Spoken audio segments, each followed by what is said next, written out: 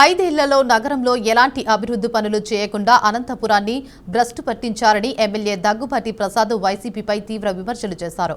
అనంతపురం నగరంలో ఎంపీ అంబికా లక్ష్మీనారాయణతో కలిసి సీసీ రోడ్లు, డ్రైనేజీల పనులకు భూమి పూజ నిర్వహించారు.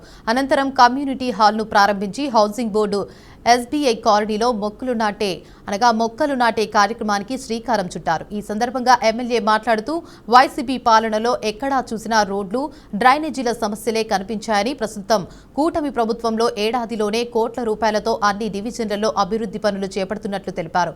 సుదీర్ఘకాలంగా పెండింగ్లో ఉన్న రుద్రంపేటలో రోడ్లను పూర్తి చేశామని, వైసీపీ ప్రభుత్వం వీటిని పట్టించుకోలేదని ఎమ్మెల్యే దగ్గుబాటి మండిపడ్డారు.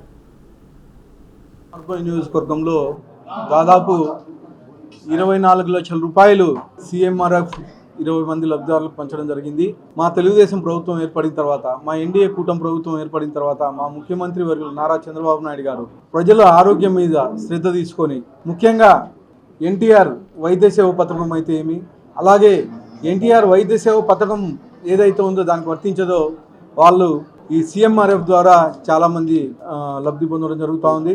ముఖ్యంగా ఈ 1.5 ఇయర్లోనే దాదాపు 4 కోట్ల రూపాయలకు పైగా మా అనంతపురం అర్బన్ నియోజకవర్గానికి ఒకటే సీఎంఆర్ఎఫ్ కింద మా ముఖ్యమంత్రి వర్యులు డబ్బులు ఇవ్వడం జరిగిందని చెప్పేసి గర్వంగా తెలియజేస్తున్నాం. ఎందుకంటే గత 5 ఏళ్లలో ఎక్కడే కానీ 1 కోటి రూపాయలు కానీ ఎక్కడే కానీ సీఎంఆర్ఎఫ్ ఇచ్చిన దాఖలాలు లేవు మా కాన్స్టిట్యున్సీలో. కానీ ఈ 1.5 ఇయర్లోనే దాదాపు 4 కోట్లకు పైగా సీఎంఆర్ఎఫ్ ఇవ్వడం జరిగిందని చెప్పేసి తెలియజేస్తా ఉన్నాను. రావడం జరిగింది. 250 మందికి పైగా మేము ఇవ్వడం జరిగింది. నిన్నటికి నిన్న ఒక క్యాన్సర్ పేషెంట్, ఒక అమ్మాయి తిరుగుతూ ఉంటే బెంగళూరులో ఎల్ఓసి యాక్సెప్ట్ చేయకపోతే మా యువ నాయకుడు నారా లోకేష్ గారు శంకర్ హాస్పిటల్తో మాట్లాడి